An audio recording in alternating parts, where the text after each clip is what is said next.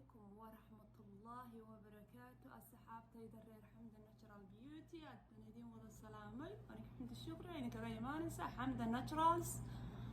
channel كايغا برتا يوتيوب كا waxaan idin leeyahay soo dhawaada mar labaad iyo mar saddexaadba maanta maxaan idin wadaa weeyaan maanta maxaan idin wadaa cajilkani wuxuu daba joogaa cajilkeenii hore ee ka hadlayay malmalka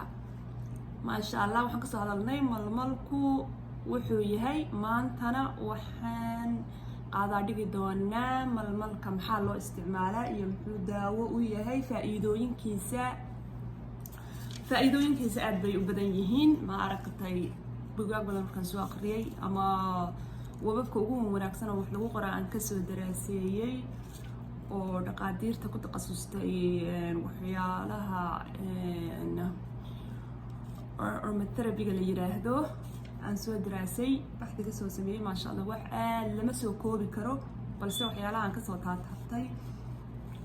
baynu wadaagi doonaa maasha Allah malmalku waa geed aad cajiib u ah waxaana maaragtay aad ugu faraxsanahay inaynu geed wadankeena native ku ah uu yahay alaashan geed wadankeena u dhashay geed wadankeena ka baxa geedaynu inagu leenahay inuu yahay marka taas maaragtay waxay ii tahay sharaf inagoo dhan iyo inaynu ku wada farxano iyo inaynu geedka maaragtay raadsano oo dhaqaalaysano maasha Allah liana dhirtan wadamada aynu aragno inuu ay dhir badan yihiin oo dhirtu ka wada buuxdo waa dhir la dhaqaaleeyay dhir maaragtay iska dhalatay ma aha inagana dhirteenu waa nabad guurtayba nasiib daro okay marka aynu u guda galno faa'iidooyinkiisa waxaa la yiri waxaa ka mid ah inuu horta bakteeriyada midda ugu xunxun oo ugu dufoosada badan inuu maaragtay inuu dilo malmalku inuu uu caawiyo oo kaalmeeyo waxyaalaha la yiraahdo oral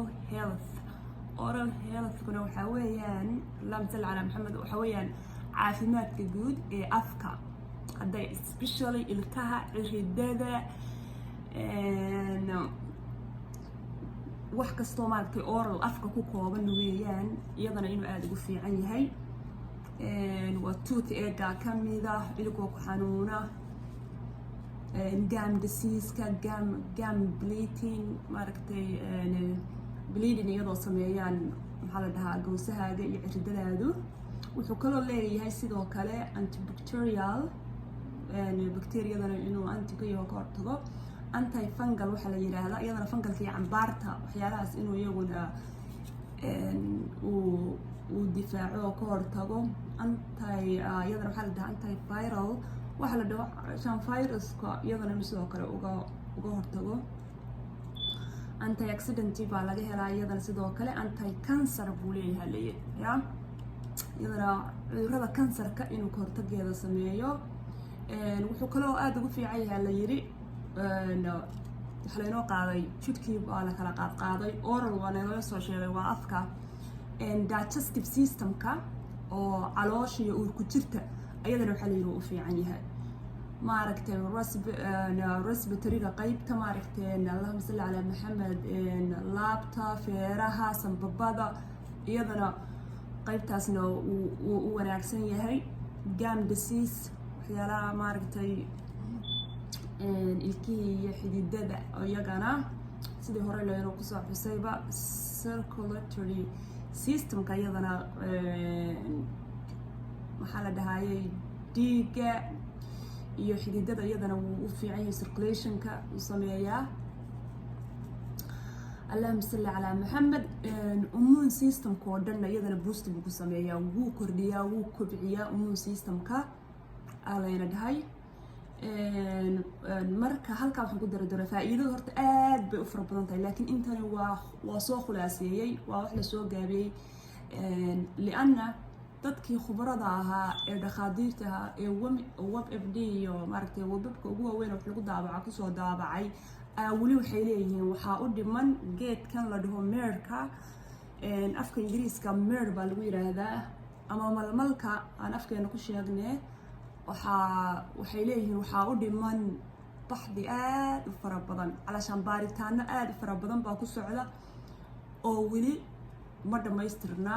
heerka laga gaaray saynisku inuu soo baaro iyo takhasuska iyo in la soo afjaro waxyaalaha uu u fiican yahay oo dhan iyo side effectyaashiisaba la dhahay. marka aniguna waa soo gaabiyey wax badan oo aan kasoo tegay oo maaragtay uu leeyahayna way jirtaa. marka waxaan kaloo hadda jaleeci doonaa wax la dhaho safety concerns. علشان safety concerns waxa weeyaan digtoonida ama waxyaalaha uu ku keeni karo maaragtay inuu waxyeelooyinkiisa waxyaalaha loo baahan yahay in laga taxadaro dheh.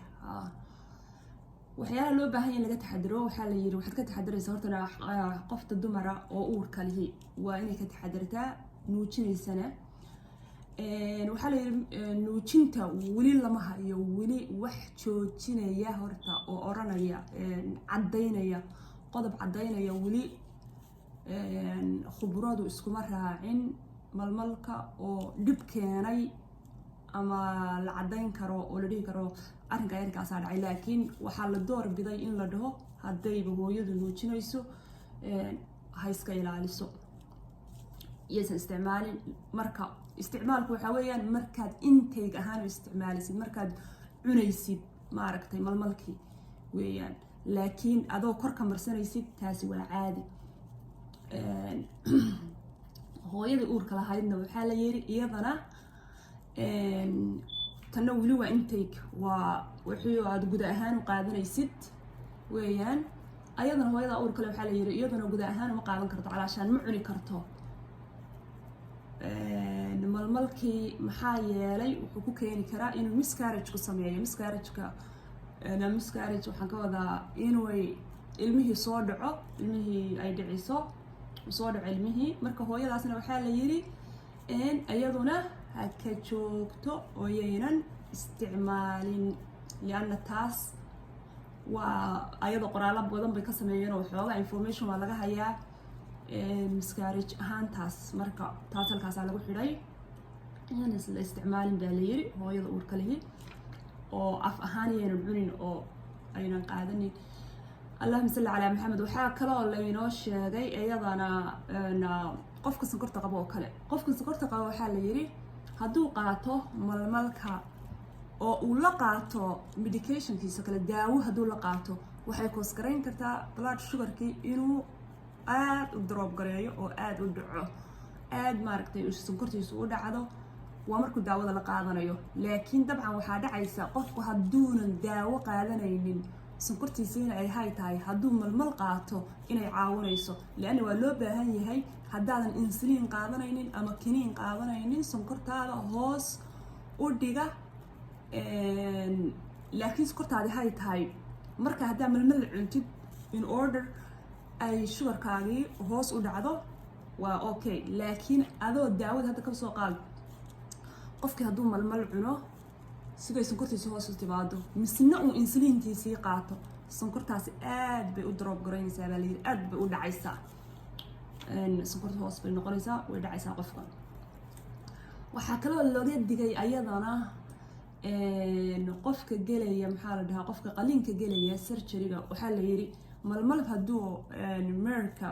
uu qaadanayay wuxuu sameynayaa 2 wiig ka hor 2 sitimaan ka hor waa inuu joojiyaa.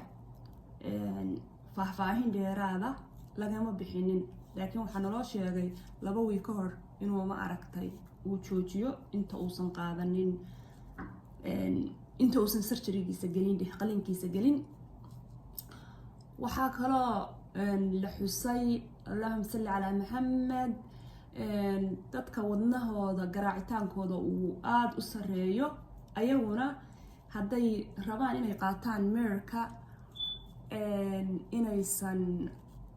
inay weydiiyaan dhakhtarkooda oo dhakhtarkooda la xiriiraan ee aysan iska qaadanin.